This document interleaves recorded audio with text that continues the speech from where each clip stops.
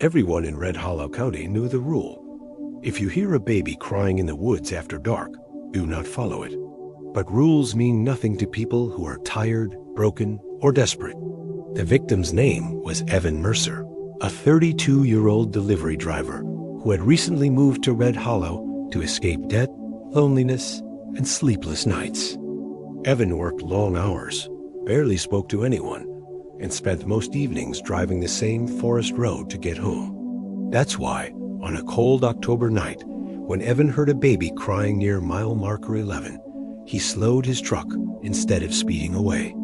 The cry was soft at first, weak, shaking, the sound of something that needed help. Evan told himself the same lie most people do. What if it's real? What if no one else hears it? He pulled over. The woods were dense and black. The trees packed so tightly they swallowed the moonlight. The crying drifted between them, echoing unnaturally as if the sound didn't belong to a single place. Evan grabbed his phone flashlight and stepped off the road. The crying stopped, then started again farther in. His stomach tightened. His instincts screamed at him to leave, but another thought pushed louder. If I walk away and something happens, I'll never forgive myself.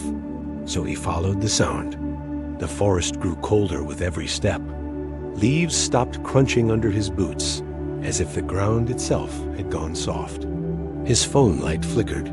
The crying grew clearer, now too clear. It sounded close to his ear. Evan whispered, "Hello? I'm here. It's okay." The crying abruptly changed. It slowed, lowered in pitch, no longer panicked, but patient. That's when Evan noticed the smell. Rot, wet soil, something old and wrong. He reached a small clearing. In the center sat a baby carrier, clean, perfectly placed, completely dry despite the damp ground. The crying came from inside it. Evan stepped closer, heart pounding. He bent down and gently pulled back the blanket. The carrier was empty. The crying continued anyway now, coming from behind him. Evan turned slowly. Standing at the edge of the clearing was a tall, thin figure, bent unnaturally at the waist. Its arms hung too long. Its head lolled sideways like a broken doll. No face, only stretched, pale skin where eyes and mouth should have been.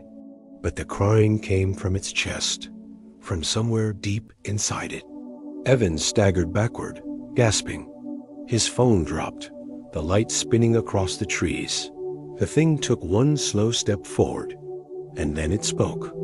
Not like an adult, not like a baby, but like both at once. "Why didn't you come sooner?" Evan ran. Branches tore at his arms, roots grabbed at his ankles. The woods twisted, paths bending where none had been before.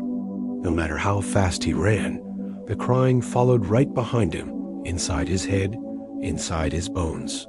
He burst back onto the road, but his truck was gone.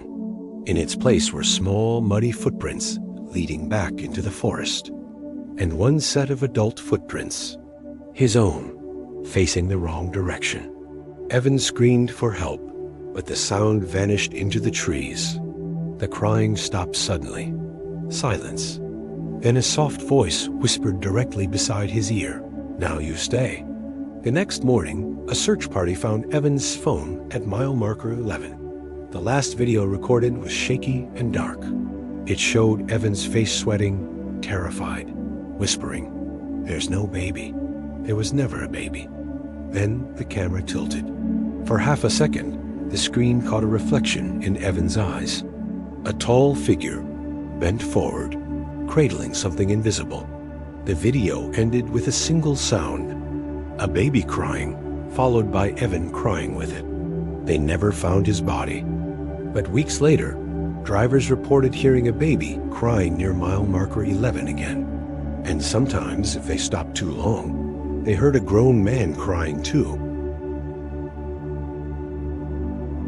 If you want to listen more real horror stories like this, please like, share, and subscribe.